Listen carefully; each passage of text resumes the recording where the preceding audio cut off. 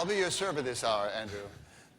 Also, I think that education in the U.S. is a push. It goes to what David's saying. We need to market differently open source to the educators in America. We have to, as you say, flatter them and suggest that they have a lot of good things that they could push out there into the open source market that the rest of the world will pull. Okay, get ready. It's going to be your turn in a moment as soon as Carrie speaks. I want to split hairs here a little bit. Do I believe that the fifth graders in the world can lead their way through their curriculum by themselves? No. I think they need a guide. I think they need an adult there to help push them and guide them and sort of keep them on track. We're going from here, from A to B. But how we get there is a creation of all of us together. It is not me giving you the knowledge. It is us on a journey together. And in that journey is where the innovation comes. That's where the students are partners in their own education process. But it's the biggest fear, just quickly. The community, building the community that works as you need it to work. Everybody says, you know, there are idiots out there, and they're going to influence things. And so you tie it all, you close it all off, and you don't let anybody in, and you don't let anybody think. And you have to take that leap and accept that the community, you can construct a community around it. This is when we take the leap. This is the moment in talk radio where we go to the phones or to the bloggers on open source. Questions? Objections? New subjects? Please. In the front.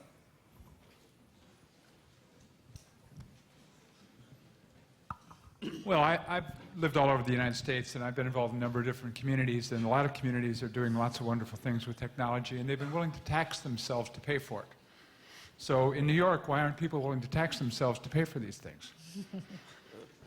Let me ask a follow-on question. I've also seen the incredible bureaucracy in the public schools where there's terrific teachers, there's ordinary teachers, and the terrific teachers won't force the ordinary teachers to perform.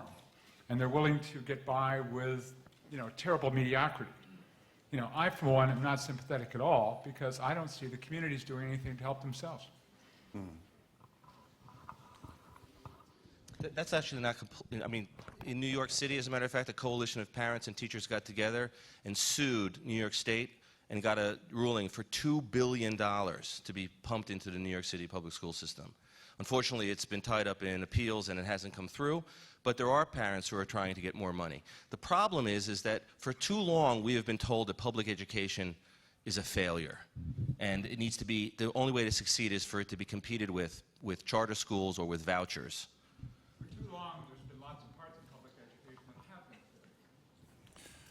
That's true, but the people who are succeeding need to be supported and highlighted, and models of their work needs to be expanded.